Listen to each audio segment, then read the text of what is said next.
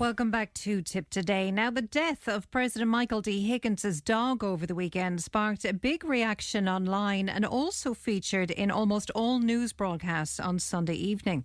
But some people have now hit out at the reaction, saying it was a bit too much. Joining me now is Advanced Grief Recovery Method Specialist and Pet Loss Specialist Louise Griffey. Louise, good morning.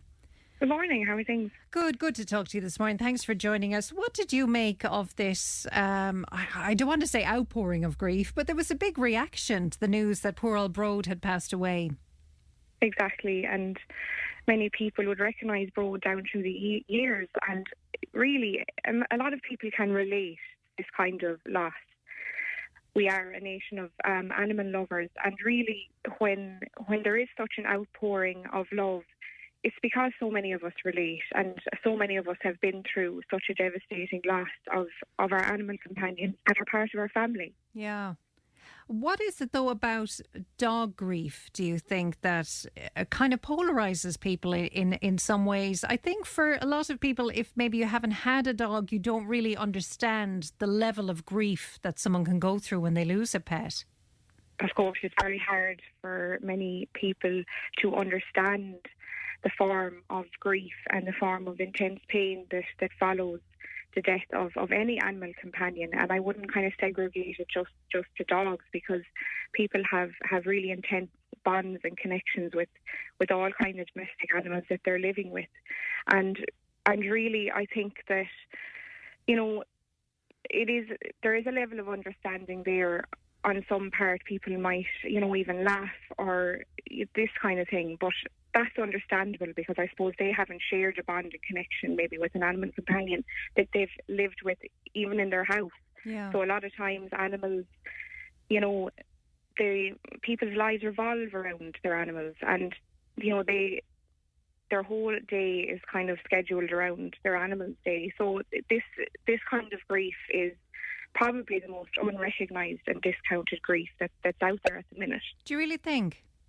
I do, because a lot of my clients that I'm talking to are struggling big time with judgment, with shame, with embarrassment, with just hiding away how they're feeling about the loss of their animals. And it's really just not discussed in society, unfortunately. How is it comparable to human grief? In terms of, is pet grief, some people might assume that if you get a new pet, then the pet grief is kind of absolved in some way. Is that really the case, though? So when we talk about get a new pet, probably the term that we kind of hear is, replacing the loss. And really, replacement is not grieving. That's what I kind of teach a lot of my clients, that replacement is not grieving. And if somebody has experienced really intense, painful feelings and really intense grief around the loss of their pet, sometimes they struggle to connect with a new pet that they bring into their life. Yeah. They really, really struggle to create a bond because they find themselves constantly comparing the new pet to the previous pet and constantly trying to get that connection with the new pet that quite isn't there.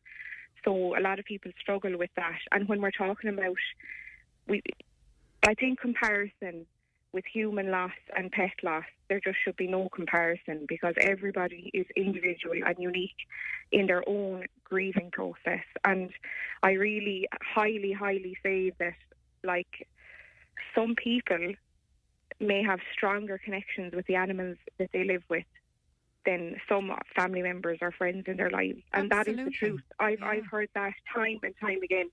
And I really want to stress that although there is a stigma in society that, pet loss grief is just, unimportant compared to the loss of a human, it really shouldn't be. Yeah. It really shouldn't be. Because you will get that comment. Anyone who's been through pet loss and you're upset about it, people say, sure, it's only a dog. You can get another dog. Don't be so upset. And it's very dismissive almost of the pain that someone can go through.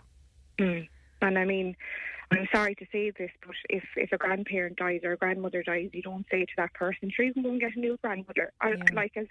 It should be treated with the same level of compassion and respect, in my personal opinion. And I know people will have difference of opinions. That is perfectly okay. But for some people, their pets are their best friends, their family members, and have been with them year after year after year through highs and lows. So, Louise, what did you make of the coverage of Broad's death? Did you think it was a bit much? not at all, not at all. I think that it's great because it highlights that pet loss grief is really important, and it highlights that we should be speaking about this, you know. So I just think it's excellent, and I hope that it actually helps people that are going through a current loss or anticipating a really difficult loss of their animal companion. It gives them the courage to speak up to friends and family about what they're feeling in relation to their particular loss. Louise, just hold the line there now because Chloe is with us as well. Hiya, Chloe. How are you? I'm good. Good to talk to you this morning. What do you make of this? I know there was a lot of criticism that maybe people were over grieving the nation's dog. What did you make of poor Broad's death? Well, I have to say I completely agree with Louise on this matter, because I think people highly underestimate the bonds that owners and pets can actually have.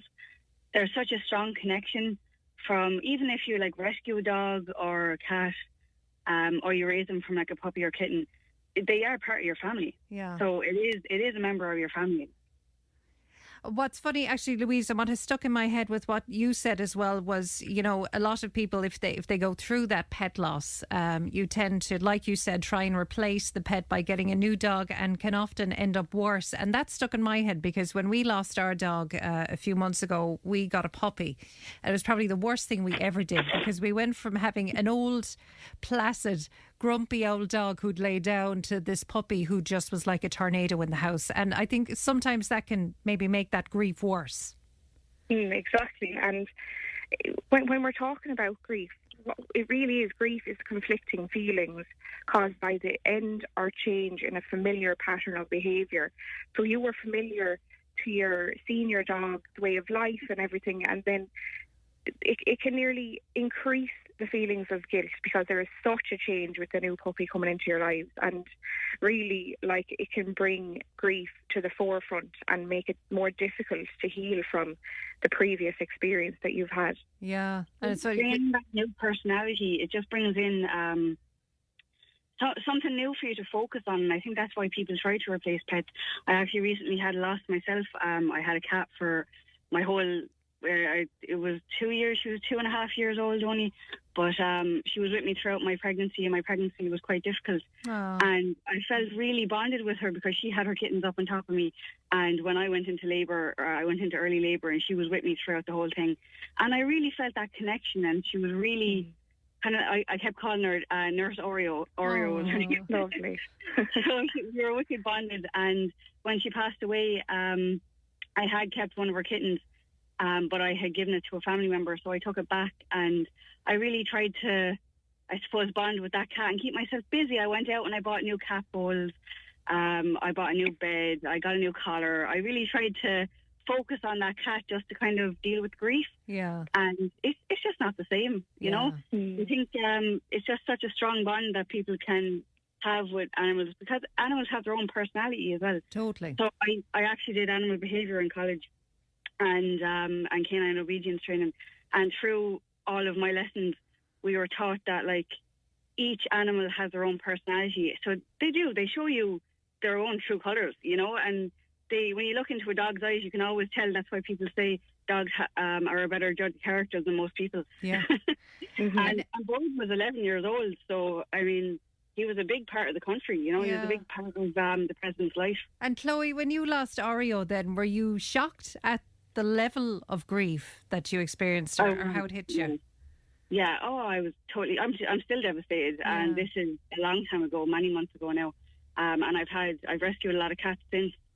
Kind of in her honour, I suppose. Any cats that I've seen that were stray like her and were quite unwell looking with the dirty eyes and very underweight, I've taken them all in, gotten them all healthy, but just not the same. I know. And Louise, is that very typical that you might have one or two pets during your whole life that you really have that connection with and you bond with them?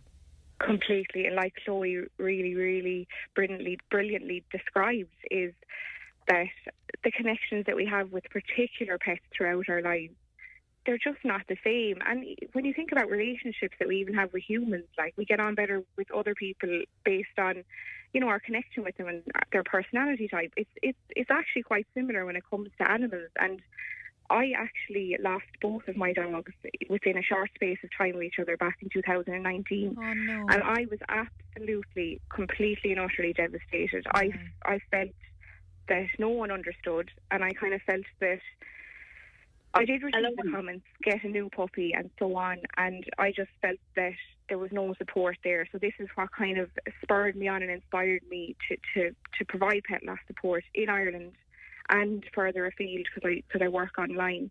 So that did inspire me, because I kind of looked everywhere for specific pet loss support, help to get me through that really difficult time, because I was finding it hard to cope with life. I was struggling because my two best friends had disappeared and I was completely alone. So a lot of people can relate to what I'm saying and what Chloe is saying, and it's just 100%.